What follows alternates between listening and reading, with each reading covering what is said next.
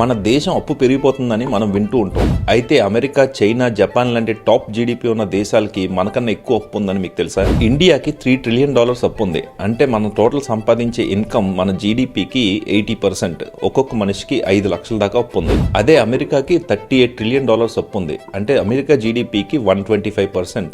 ఒక్కొక్క అమెరికన్ మీద ₹1 కోటి దాకా అప్పు ఉంది. అలాగే చైనాకి $19 ట్రిలియన్ దాకా అప్పు ఉంది. ఇండియా కన్నా చైనా, యుఎస్, జపాన్ లాంటి దేశాలు ఎక్కువ అప్పుల్లో ఉన్నాయని అర్థం. ఈ నేషనల్ డెట్ అంటే అసలు ఏంటి, ఇది ఎలా పనిచేస్తుంది, ఇది అర్థం చేసుకోవాలంటే ఒక 3 ఐటమ్స్ మీద ఫోకస్ చేయాలి. నంబర్ 1, ప్రపంచంలో అన్ని దేశాలకి అప్పు ఉంటే అసలు ఈ దేశాలకి అప్పు ఎవరు ఇస్తున్నారు? నంబర్ 2, అప్పు తగ్గాలంటే ఈ దేశాలు ఏం చేయాలి? నంబర్ 3, ఈ అప్పు ఇలాగే పెరుగుతా పోతే దీనివల్ల వచ్చే ప్రాబ్లమ్స్ ఏంటి?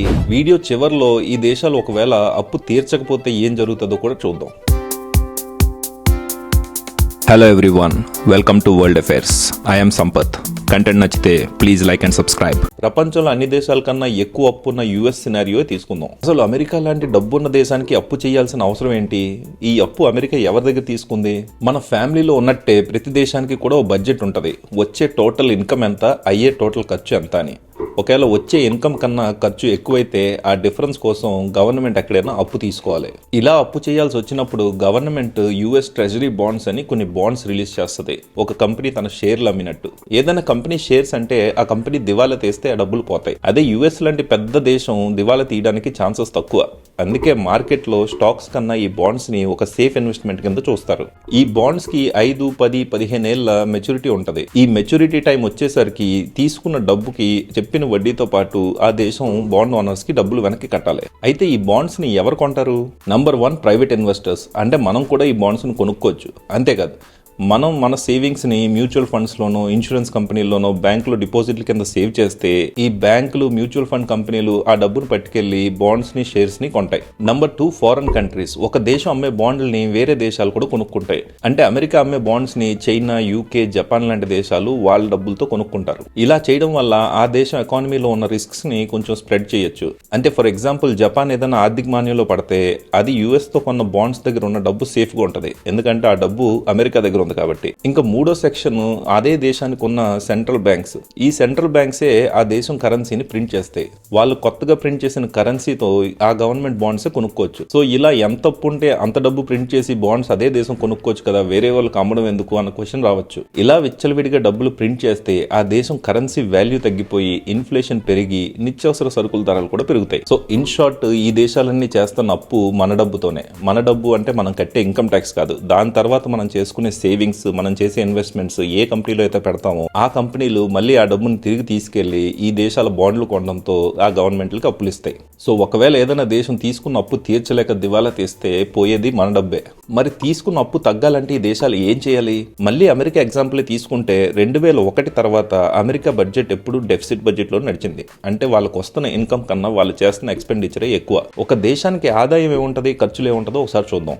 ఏ దేశానికైనా ఆదాయం అది చేసే ఎక్స్పోర్ట్స్ బట్టి ఆ దేశంలో ఉన్న ప్రజలు కట్టే ట్యాక్సుల నుంచే వస్తుంది. మరి ఖర్చులు, గవర్నమెంట్ చేసే వెల్ఫేర్ స్కీమ్స్, ఇచ్చే freebies, defence budget, infrastructure projects, ఇవి మెయిన్ ఖర్చులు ఉంటాయి. అంతేకాకుండా ఒక దేశానికి అప్పు ఉంటే ఆ అప్పు మీద కట్టాల్సిన వడ్డీ కూడా ఒక ఎక్స్పెన్సే. సో నిజంగా అప్పు తీర్చాలి అంటే వచ్చే ఇన్కమ్ నైనా పెంచాలి, లేదా చేసే ఖర్చునైనా తగ్గించాలి. ఇలా చేసి ఒకవేళ సర్ప్లస్ బడ్జెట్ లోకి వస్తే ఆ మిగిలిన డబ్బులతో వడ్డీ కాకుండా అసలు కూడా కొంతవరకు తీర్చొచ్చు. ఇలా ఓ పీరియడ్ ఆఫ్ 15-20 ఇయర్స్ లో అప్పును తీర్చొచ్చు. కానీ ఇక్కడే ఒక చిన్న ప్రాబ్లం ఉంది. ఇలాంటి సర్ప్లస్ బడ్జెట్లోకి వెళ్లాలంటే తీసుకోవాల్సిన పాలసీస్ని ఇంప్లిమెంట్ చేయడం ఏ గవర్నమెంట్కైనా అంత ఈజీ కాదు. ఫర్ ఎగ్జాంపుల్, ఇన్కమ్ పెంచుదామని ట్యాక్స్లు అవి పెంచితే ఉద్యోగులు ప్రొటెస్ట్ చేస్తారు. పోనీ ఖర్చులు తగ్గిద్దామని వెల్ఫేర్ స్కీమ్స్, ఫ్రీ పాలసీలు తీసేసిన జనాలు రోడ్డు మీదకి వస్తారు. అలా అని డిఫెన్స్ బడ్జెట్లు అవి తగ్గిస్తే దేశ భద్రతకే అది ముప్పు. సిస్టమిక్ రిఫార్మ్స్ తెచ్చి కొత్త ఇండస్ట్రీస్ అవి తీసుకొచ్చి ఎక్కువ మంది జనాలకు ఉద్యోగాలు వచ్చేలా చేస్తే తద్వారా వాళ్ళు కట్టే ట్యాక్సులతో గవర్నమెంట్కి వచ్చే ఇన్కమ్ కూడా పెరుగుతుంది. ప్రజలకి ఫ్రీగా డబ్బులు పంచకుండా వాళ్ళకి స్కిల్స్ నేర్పించి వాళ్ళని కూడా జీడీపీలో కాంట్రిబ్యూట్ చేసేలా చేస్తే గవర్నమెంట్కి వచ్చే ఇన్కమ్ కూడా పెరుగుతుంది. కానీ ఇలా చేయాలి అంటే టైం పడుతుంది. అంతేకాకుండా ఉన్న లీడర్స్ కి ఇది చేయాలన్న కన్విక్షన్ కూడా ఉండాలి. అయితే ఇక్కడ గవర్నమెంట్ దగ్గర ఒక షార్ట్ కట్ ఆప్షన్ కూడా ఉంది. అదేంటంటే తీసుకున్న అప్పు వాల్యూ తగ్గించి తీర్చేయడం. ఫర్ ఎగ్జాంపుల్, 1970లో మీరు ఒక ఇల్లు కొంటే 10,000కే వచ్చేది. ఇప్పుడు అదే ఇల్లు మీరు కొనాలంటే 5 కోట్లు ఖర్చు అవుద్ది. ఎందుకంటే ఈ మధ్య టైంలో రూపాయి వాల్యూ బాగా తగ్గింది. ఇప్పుడు అమెరికా కొన్న అప్పు $36 ట్రిలియన్ ఉంది. ఇది డాలర్స్లో ఉంది కాబట్టి ఇది తీర్చాలంటే డాలర్స్లోనే తీర్చాలి. అయితే డాలర్ వాల్యూని కూడా అమెరికా కంట్రోల్ చేస్తుంది కాబట్టి ఒకవేళ డాలర్ వాల్యూని బాగా తగ్గిస్తే తీర్చాల్సిన అప్పు యాక్చువల్ వాల్యూ కూడా తగ్గిపోద్ది. అంటే 1970లో 10,000 రూపాయలకి ఉన్న ఇల్లుని 2026లో మీ జీతంతో కొన్నట్టు అనమాట. అయితే ఇలా డాలర్ వాల్యూ తగ్గించడం వల్ల ఇన్ఫ్లేషన్ పెరిగి నిత్యావసర సరుకులు రేట్లు పెరిగి lower and middle income group లో ఉన్న వాళ్ళు బాగా ఇంపాక్ట్ అవుతారు. అంతేకాదు ఏ దేశం ఇన్ఫ్లేషన్ అయినా కంట్రోల్లో లేకుండా పెరిగిపోతే ఆ తర్వాత దేశమే డీస్టెబిలైజ్ అయ్యి శ్రీలంకలో మనం చూసిన పరిస్థితులే చూడొచ్చు. ఇప్పుడున్న చాలా వరకు దేశాలు ప్రతి సంవత్సరం అవసరమైన అమౌంట్ కి బాండ్లు ప్రింట్ చేసి కొత్త అప్పులు చేసుకుంటూ వెళ్తున్నాయి. పాత అప్పు తీర్చాలంటేనే కదా ప్రాబ్లం, తీర్చకపోతే ఏమవుద్ది అన్న దూరంలో ఉన్నారు. ఈ దేశాలు అమ్మే ప్రతి బాండ్ కి ఇందాక చెప్పినట్టు ఒక మెచ్యూరిటీ డేట్ ఉంటుంది. ఈ మెచ్యూరిటీ డేట్ వచ్చేసరికి బాండ్స్ ని వడ్డీతో సహా కట్టలేని పరిస్థితిలో ఉంటే ఆ డబ్బులు కట్టడానికి మళ్ళీ కొత్త బాండ్స్ అమ్మి ఎక్కువ ఇంట్రెస్ట్ రేట్ కి అప్పు తెచ్చి కట్టాలి. దీంతో ఆ దేశం ప్రతి సంవత్సరం వడ్డీలకి కట్టే డబ్బులు కూడా పెరుగుతాయి. ఇలా వడ్డీలు కట్టే డబ్బులు పెరిగినప్పుడు ఆ దేశం ప్రతి సంవత్సరం చేసే ఎక్స్పెన్స్ ఇంకా పెరుగుతుంది. సో ప్రతి సంవత్సరం చేయాల్సిన అప్పు పెరుగుతుంది. ఇలా ఏదైనా దేశం తనకు వచ్చే ఇన్కమ్ కన్నా అది చేస్తున్న ఎక్స్పెన్సెస్ బాగా ఎక్కువ ఉంటే ఆ దేశం అమ్మే బాండ్ల వాల్యూ కూడా తగ్గిపోద్ది. లాసుల్లో ఉన్న కంపెనీ షేర్లు ఎలా కొనమో ఇలా అప్పుల్లో ఉన్న దేశాల బాండ్లు కూడా కొనడానికి ఇంట్రెస్ట్ చూపించరు. ఇలాంటి బాండ్స్ మళ్ళీ అట్రాక్టివ్ చేయడానికి వీటి మీద ఇంట్రెస్ట్ రేట్లు పెంచాల్సి వస్తుంది. దీనివల్ల ప్రతి సంవత్సరం కట్టే వడ్డీ ఇంకా పెరిగిపోద్ది. ఒక్కసారి ఈ చట్టంలోకి ఏదైనా దేశం వెళ్తే అందులోంచి బయటికి రావడం చాలా కష్టం. చివరికి దేశం తన అమ్మిన బాండ్స్ మీద వడ్డీలు కూడా కట్టలేని పొజిషన్ కి రీచ్ అయినప్పుడు బ్యాంక్రప్సీ డిక్లేర్ చేయాల్సి వస్తుంది. అయితే ఇక్కడ ప్రాబ్లం ఏంటంటే ఒక దేశం బాండ్స్ ని పక్క దేశాలు కూడా కొంటున్నాయి కాబట్టి ఏదైనా దేశం దివాలా తీసి దాని బాండ్ వాల్యూ జీరో అయిపోతే అక్కడ ఇన్వెస్ట్ చేసిన పక్క దేశాల డబ్బులు కూడా పోతాయి. దాంతో ఆ దేశాల ఎకానమీ కూడా ఇంపాక్ట్ అవుద్ది.